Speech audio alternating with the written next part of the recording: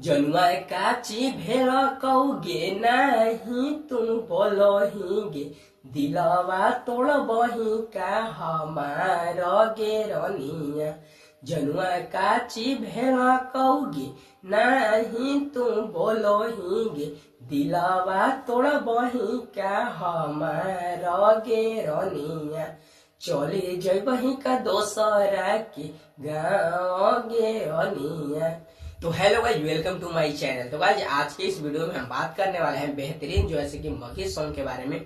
जी हाँ गाइस, आप सभी को पता होगा कि जो ये चैनल पर जो ये वीडियो देख रहे होंगे, आप सभी को पता होगा कि ये चैनल पर जो है कि मगही गाना अपलोड होता है और खूब अच्छी तरीके से जो है कि सैड सॉन्ग हम लाते हैं ये चैनल पर। तो चलिए आज भी एक सैड सॉन्ग लाने हैं जिस सॉन्ग का टाइटल है जनुआ काची भेड़ कौगे नहीं तुम बोलो गे। ये सैड सॉन्ग है तो काफी ज्यादा और भी अच्छा लगने वाला है। और ये चैनल को हम सबसे पहले बताना चाहेंगे कि अगर ये चैनल पर नए हैं तो ये चैनल को सब्सक्राइब कर लीजिए।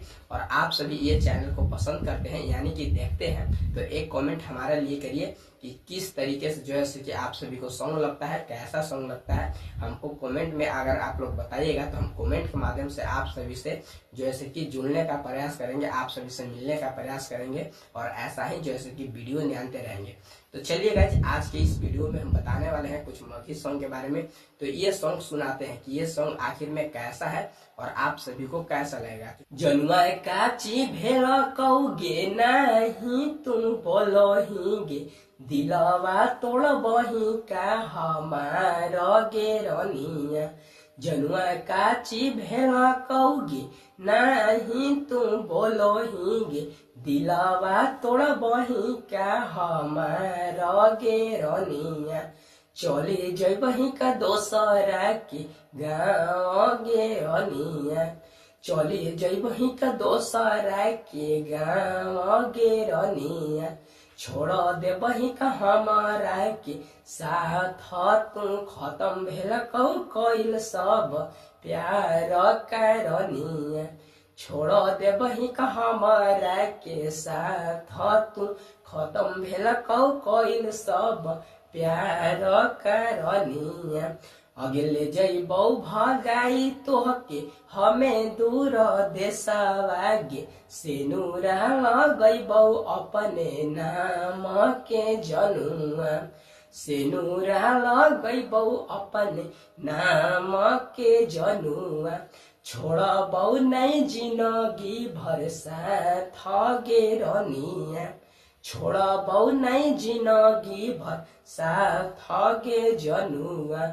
ले जइबौ भगाई हमें तोहके दूर देशवा गे काहे नहीं भोलो हखी रनिया तू हमसे गे। छोड़ो देबही का हमारा के जान तू खत्म भेल कइल सब प्यार करनिया। छोड़ देबही का हमारा के जान तू खत्म भेल कइल सब प्यार करनिया। आगे छोड़बै थी साथ तो सुनी ले मोर बतिया गे मरबौ नहीं मरे देबो तोह के संगतिया गे।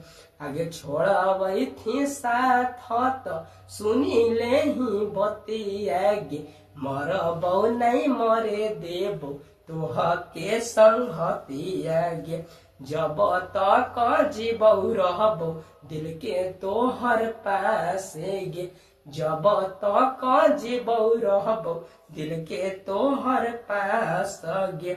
छोड़ देबही का हमारा के साथ करनिया।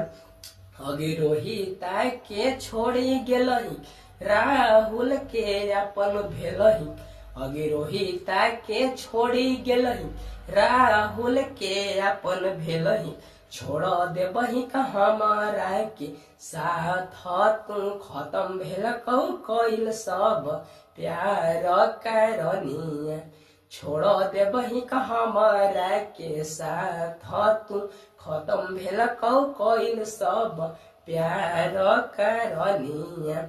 तो गाइज ये गाना आप सभी को सुनकर कैसा लगा हमको कमेंट करके बताइएगा। और गाइज एक बात और हम बताना चाहेंगे, क्योंकि गाइज कितना लोग ये गाना को सुन करके ये भी कहेंगे कि इसको ब्रेकअप हो गया या फिर छोड़ के केहू लेके चली गई, उसकी वजह से जो है कि ऐसा ऐसा गाना निकालता है।